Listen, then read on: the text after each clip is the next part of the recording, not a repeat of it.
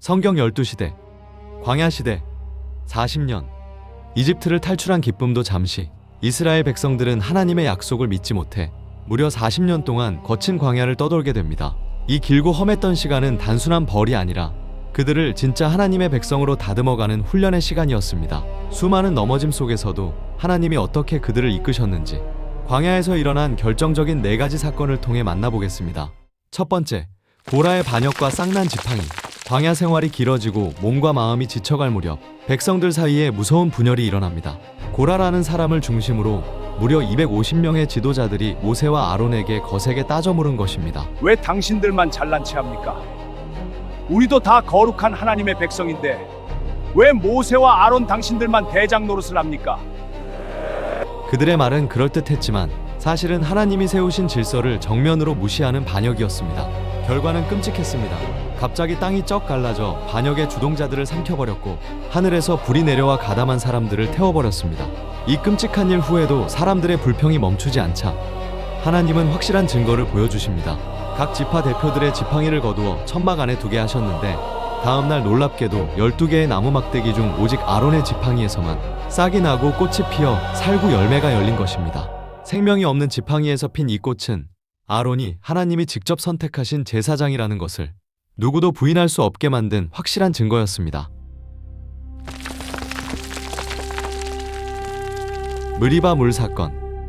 오랜 시간이 흘러 출애굽 1세대가 거의 세상을 떠나고 새로운 세대의 백성들이 다시 가데스라는 곳에 도착했습니다.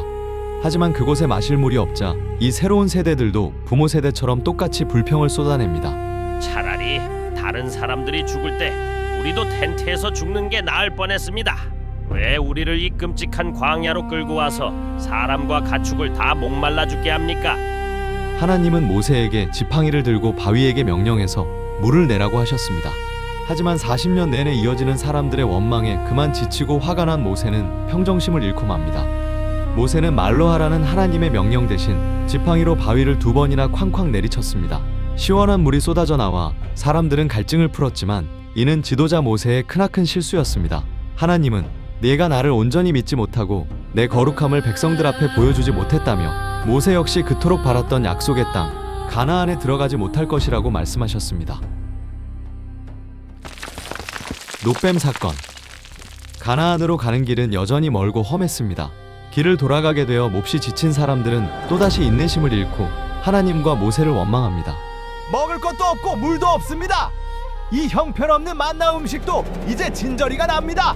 그러자 하나님은 그들 가운데 무서운 독뱀들을 보내셨고 수많은 사람이 뱀에 물려 알아눕거나 죽어갔습니다. 죽음의 공포 앞에서 사람들은 그제야 잘못을 뉘우치며 살려달라고 부르짖었습니다. 하나님은 모세에게 살 길을 알려주셨습니다. 구리로 뱀 모양을 만들어서 높은 장대 위에 매달아라. 뱀에 물린 사람 누구든지 그것을 쳐다보면 살 것이다. 모세는 즉시 구리로 뱀을 만들어 장대 높이 달았습니다. 그리고 놀라운 기적이 일어났습니다. 뱀에 물려 죽어가던 사람들이 그저 장대 위에 구리뱀을 바라보기만 하면 감쪽같이 나아서 살아난 것입니다. 이것은 하나님의 말씀을 그대로 믿고 순종할 때 구원을 얻는다는 단순하지만 위대한 진리를 보여준 사건이었습니다. 발람과 발락.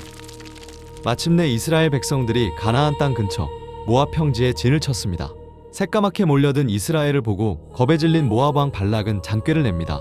돈을 아주 많이 주고 멀리서 유명한 점쟁이 발람을 데려온 것입니다. 주술의 힘을 빌려 이스라엘에게 저주를 퍼붓게 할 속셈이었습니다. 모압 왕 발락은 발람을 높은 산꼭대기로 데리고 가 당장 이스라엘을 향해 저주를 퍼부으라고 재촉했습니다. 하지만 발람의 입에서는 저주 대신 하나님이 주시는 놀라운 축복의 말만 쏟아져 나왔습니다. 모압 왕의 악한 계획은 완전히 물거품이 되었습니다. 이스라엘 백성들은 텐트 안에서 아무것도 모르고 쉬고 있었지만 하나님은 밖에서 그들을 향한 무서운 저주를 막아주시고 오히려 크나큰 축복으로 덮어주신 것입니다. 이스라엘 백성들은 광야에서 수없이 흔들리고 원망했습니다. 하지만 하나님은 결코 그들을 포기하지 않으셨습니다. 이 광야의 훈련 일지는 험한 인생길을 걷는 우리를 변함없이 지키고 인도하시는 하나님의 크신 사랑을 생생하게 보여주고 있습니다.